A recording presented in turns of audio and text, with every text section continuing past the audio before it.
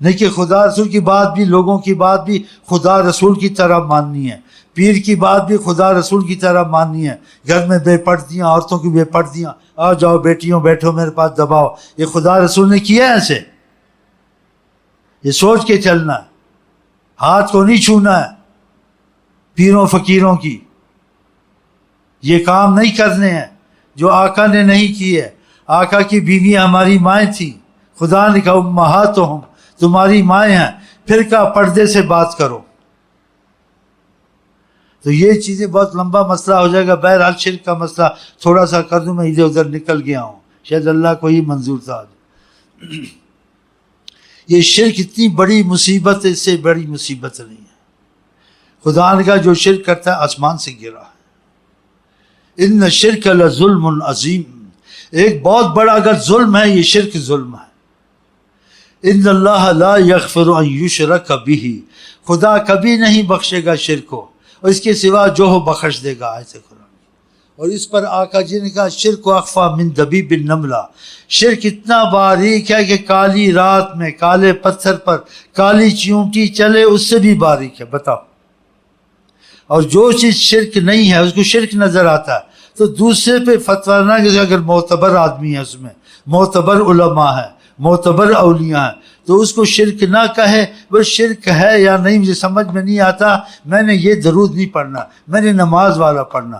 اور بالاتفاق نماز والا درود سارے درودوں اولیاء اللہ سے افضل ہے۔ اگر اولیاء اللہ کا کوئی درود پڑھتا ہے کبھی برکت کے لیے پڑھ لے، لیکن اس کو اتنا نہ پڑھے کہ آقا کے زبان سے جو نکلا ہوا درود ہے اس کی اہمیت ختم ہو جائے۔ بعضے ایسے ہو گئے جو زبان رسول کریم سے درود نکلا ہے اس کی کوئی اہمیت نہیں رکھتے، یہ ہم پڑھیں گے درود ساتھ پڑھتے رہیں گے، درود اکبر پڑھتے رہیں گے، درود ہزاری پڑھتے ہیں، اس درود پڑھنے کو دل نہیں کرتا۔ یہ بہت بڑی غلط فہمی، اور جو تربیت دیتا ہے سمجھاتا ہے اس نے بہت بڑا ظلم کیا، وہ ناقص تھا۔ اگر وہ سمجھدار ہوتا تو طریقے سے سمجھاتا کہ اصل چیزیں وہی جو آقا کی زبان سے نکلی ہیں۔ بزرگوں نے جو محبت سے دعائیں بنائی ہیں یا کہی ہیں یا درود کی ہیں وہ برکت کے لیے کبھی کبھی پڑھ لیا کہ آقا کے محبت والے ہیں، لیکن اصل اسی کو زیادہ برکت والا سمجھنا چاہیے جو زبان مصطفیٰ سے نکلی ہے۔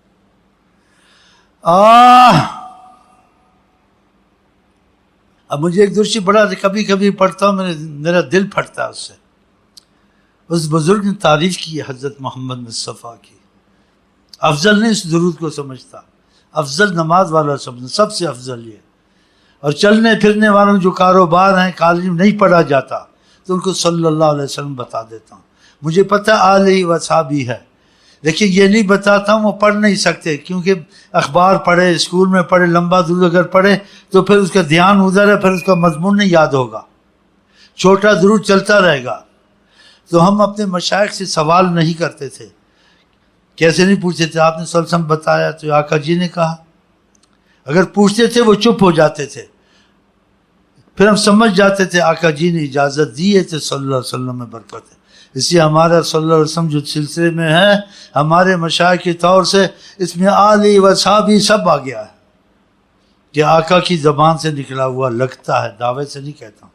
اس لیے ہمارے مشائخ جاہل تو نہیں تھے، جو اتنی برکتیں ہم کو ان کی تو وسیلے سے نصیب ہیں، ہم جڑے ہیں ان سے تو اتنا ہم کو فائدہ ہوا ہے، تو اگر پوچھتے تھے چپ ہو جاتے تھے، کہتے صلی اللہ علیہ وسلم بھی پڑھ لو کافی ہے۔ اور بعض مولوی نالائق سلسلوں والوں پہ اعتراض کرتے ہیں، کہتے جی اس میں آل نہیں ہے، صاحب نہیں، ناقص درود ہے، تیری عقل ناقص ہے، تیری فہم ناقص ہے۔ آقا کی طرف سے جو چیز آئے وہ ناقص ہوتی ہے۔ بعضوں نے ہمارے مشائخ نے پوچھ بھی لیا تھا، کہتے اتفاق ہوا تھا، تو کہاں ہاں صلی اللہ علیہ وسلم کہہ لیا کرو۔ اب اس میں تنقید کرنی چاہیے، جو سلسلے میں جڑے فائدہ ہے ان کو تو ایسا پڑھنا چاہیے رات دن پڑھ پڑھ کے مر جائے، ختم ہو جائے، اور سلسلے میں نہیں داخل ہے اس کو شک وقت پڑھتے ہیں، مولویوں کے بعد پھرتا رہتا منحوس، تو اس منحوس کو چاہیے وہ نماز والا ہی پڑھے اور اس پر اعتراض نہ کرے۔ اعتراض کرے گا تو جو نماز والا پڑھتا ہے نا اس میں بھی فرق پڑ جائے گا۔ اس لیے آقا جی کو جو ان کے دوستوں سے محاذ آرائی کرتا ہے، بحث کرتا ہے، آقا جی کا دل اس سے ہٹ جاتا ہے۔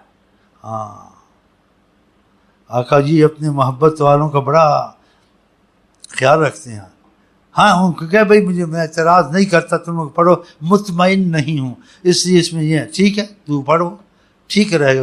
اور جو کہے گا نہیں جی یہ ہوں ہے تو ہے جو ہے، 100 سال طریقت میں شیخ کے ساتھ کوئی فائدہ نہیں ہے. ہاں یہ چیزیں کچھ سمجھ میں آنی چاہیے. بہرحال میں موضوع سے باہر نہیں نکلنا چاہتا ہوں. تو وہ درود شریف میں اس میں کچھ بتانا بھی چاہتا ہوں، پہلے بھی بتایا تھا کہ آقا کی تعریف اس نے بہت کی ہے. حضرت محمد مصطفیٰ جن کو کہتے ہیں حضرت محمد، ماشاء اللہ، صاحب التاج والمعراج، دافع البلاء والوباء والقحط والبرد، بلاؤں کے دفع کرنے والے، قحط کے دفع کرنے والے، مرضوں کے دفع کرنے والے. دیکھو کیسی بات کہی. اب آپ اس کو دیکھیں تو نرا شرک ہے، اگر سمجھ جائیں تو شرک کا اس میں شائبہ بھی نہیں ہے. اب یہ سمجھ کی بات ہے نا، سمجھ کی بات ہے. جس کی سمجھ میں نہ آئے آپ اس کو کہیں تو وہابی ہو گیا، تو یہ ہو گیا، تو عاشق رسول نہیں ہے، تو یہ درود نہیں پڑھتا.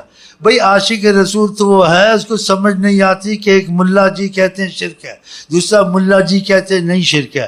اب یہ کالج کا لڑکا ہے، دنیا دار ہے، اب یہ کہاں سے سیکھے، کیا سمجھے؟ 2 ملا میں مرغی حرام. اب اس کو مصیبت پڑ گئی. یہ بھی داڑھی والا، یہ بھی داڑھی والا، یہ بھی خطبے والا، یہ بھی خطبے والا، یہ بھی ایسا. بڑا پگڑ باندھتے ہیں، بڑا ٹیسٹ سے بات کرتے ہیں عالم لوگ، ٹوپی ایسی ڈالتے ہیں کرتے ہیں. اب وہ کیا کرے گا؟ بیچارہ حیران ہو جائے گا کدھر جائے. ایسا ظلم نہیں کرنا چاہیے. دین آسان ہے. آپ اس کو چاہیے جائز بھی ہے، اچھا بھی ہے، افضل وہی ہے جو زبان رسول سے نکلا ہے. تم درود وہی پڑھ لو نماز والا کہ آقا جی سے وہی نکلا ہے. اس کی سمجھ میں نہیں آتا ایسی باریک باتیں نہیں. اب میں آپ کو بتا دوں، آپ ایک دم مان جائیں گے واقعہ شرک نہیں ہے. اور اگر نہیں بیان کروں گا، قرآن کا ظاہری ترجمے سے بیان کروں گا، ظاہری، اور اس کا کھول کے بیان نہیں کروں گا، تو آپ واقعی شرک سمجھیں گے. اب دیکھو اللہ تعالیٰ قرآن میں آپ کو کہتے ہیں، کیا کہتے ہیں؟ وَإِن يَمْسَسْكَ اللَّهُ بِضُرٍّ فَلَا كَاشِفَ لَهُ إِلَّا هُوَ. تم کو کوئی تکلیف مصیبت آئے، اس کو کوئی نہیں ہٹا سکتا خدا کے سوا. نہ بت، نہ نبی، ولی، اس میں سب آ گئے ہیں. فَلَا كَاشِفَ لَهُ، نہیں کوئی ہٹا اللہ کے سوا. ہے نا قرآن. وَإِن يَمْسَسْكَ اللَّهُ بِضُرٍّ فَلَا كَاشِفَ لَهُ إِلَّا هُوَ. نہیں ہٹائے گا تو کوئی مگر اللہ ہی ہٹائے گا. اللہ ہٹائے گا، دو طرف سے ہٹائے گا. خود ہٹا دے، تمہاری دعا سے ہٹا دے، یا کسی کے وسیلے سے ہٹا دے. پھر آ گیا نا، تفصیل آ گئی نا. اس میں بڑا وسیلہ حضرت محمد مصطفیٰ. تو پھر یہ انسان کا ذہن کھل جاتا ہے کہ ہاں صحیح ہے، اللہ نہیں ہے، کوئی نہیں ہٹ سکتا، اللہ ہٹا سکتا ہے. تو بزرگ اور اولیاء اللہ اور انبیاء ہٹواتے ہیں، ہٹاتے نہیں. دیکھا، دوسرا نہیں ہٹوا سکتا. آقا جی وہ مصیبتیں ہٹوا سکتے ہیں کہ سارا جہان، سارا انبیاء جمع ہو جائے، نہیں ہٹوا سکتے. وسیلہ بنے. ہٹاتا اللہ، ہٹواتے وہ ہیں، اور ہر کوئی نہیں ہٹوا سکتا. یہ مسئلہ سمجھ لیں. ہاں اچھا. وہیں سسک اللہ بضر، اگر تم کو کوئی تکلیف، کوئی مصیبت، پریشانی ہے، خدا کے سوا کوئی نہیں ہٹاتا. یہ قرآن ہے. یہ منسوخ آیتیں نہیں، آپ بدل اس کو نہیں سکتے، نہ اس کا مفہوم بدل سکتے ہیں. ہاں سمجھ خدا دے دے، وہ ایک بہت بڑی چیز ہے، خدا کی رحمت ہوتی ہے. تو اس درود تاج میں کیا کہا؟ دافع البلاء والوباء. آیت کہتی کوئی نہیں ہٹا سکتا. اور یہ درود تاج والا کہہ بلائیں بھی ہٹاتے ہیں، قحط بھی ہٹاتے ہیں، مرضے بھی ہٹاتے ہیں. اور قرآن کہتا ہے کہ ابراہیم نے بھی دعا کی تھی علیہ السلام نے، وَإِذَا مَرِضْتُ فَهُوَ يَشْفِينِ. میں نبی ہوں، مریض ہو جاؤں تو اللہ ہی شفا دیتا ہے، کوئی نہیں دیتا. تو اس نے کیسے ایسے کہہ دیا؟ ہاں اب تیرا ذہن اگر ٹھیک ہے، ٹھیک ہے. اگر کون ذہن ہے، عربی میں کہتے ہیں بلید ذہن، موٹی عقل. ہاں ٹگا، بس ٹگے نے کی سمجھانا، چپی ہو جا. جاہل کو کیا سمجھانا، اس کا ذہن اتنا نہیں ہے.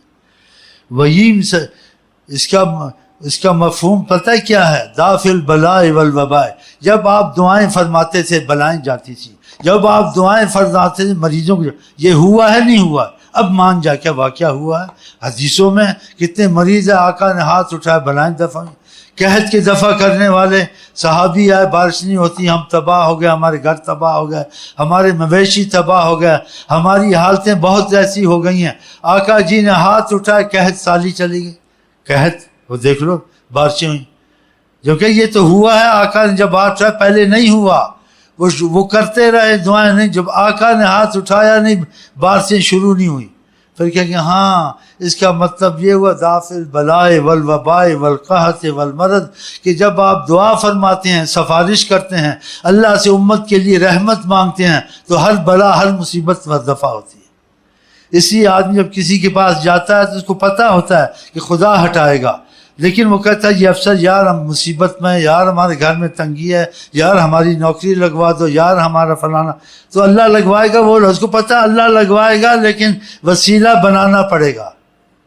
صحیح ہے غلط ہے؟ تو ایسے یہ وسیلہ یہ بن سکتے ہیں. تو سب سے بڑا وسیلہ حضرت محمد مصطفیٰ. سمجھ میں آ گئی بات؟ اختلاف ہی ختم ہو گیا کہ خدا ہی کرتا ہے. خدا وسیلے سے بہت جلدی کرتا ہے، خاص طور وہ وسیلہ جس کے وسیلے حضرت محمد مصطفیٰ بن جائیں. تو یہ پھر بات دیکھو، اب درود شرک نظر نہیں آئے گا کہ واقعہ دعائیں کرتے تھے، بلائیں دفع ہوتی تھی، قحط دفع ہوتی تھی، کہ لوگ آئے ہیں آقا پاس، یہ واقعات ہوئے ہیں، نہیں کہ نہیں ہوئے ہیں. اور آپ نے دعائیں فرمائی ہیں، ہاتھ اٹھائے ہیں، ان کی جان چھوٹی ہے. پتہ نہیں جان نہ چھوٹتی کب تک. ان کو پتہ نہیں تھا اللہ شارک کے قریب ہے تو کر لیتے دعا نا. ان کو پتہ تھا کہ اللہ شارک کے قریب ہے، لیکن اللہ جتنی حضرت محمد مصطفیٰ کی سنتا ہے اتنی ہماری سنائی نہیں ہے. جتنے وہ مقبول ہیں اتنے ہم مقبول نہیں ہیں. پتہ نہیں کب دعا قبول ہو نہ ہو، لیکن اگر وہ کرم فرمائیں گے، دعا کریں گے، ایک دم اللہ کرم کرے گا. تو اس کا یہ مطلب پھر شرک کا تو سوال ہی پیدا نہیں ہوتا اگر بات سمجھ میں آ جائے. اور جس کی یہ بات سمجھ میں نہ آیا، بیچارے کی عقل ہی ایسی موٹی عقل ہے، تو بولے بھائی مجھے تو نہیں پتا، یہ دافع البلا ادھر بھی ہے ادھر بھی ہے، بس میں تو کہتا ہوں اللہ اللہ اللہ اللہ، بس ٹھیک ہے. لیکن تو حضور کے وسیلے کو برا مت کہہ، گالیاں مت دے ان کو، ایسے کہ سمجھ میں نہیں آتا، پھر بھی اس کی خیر. لیکن جب دخل دے گا مصیبت میں آئے گا.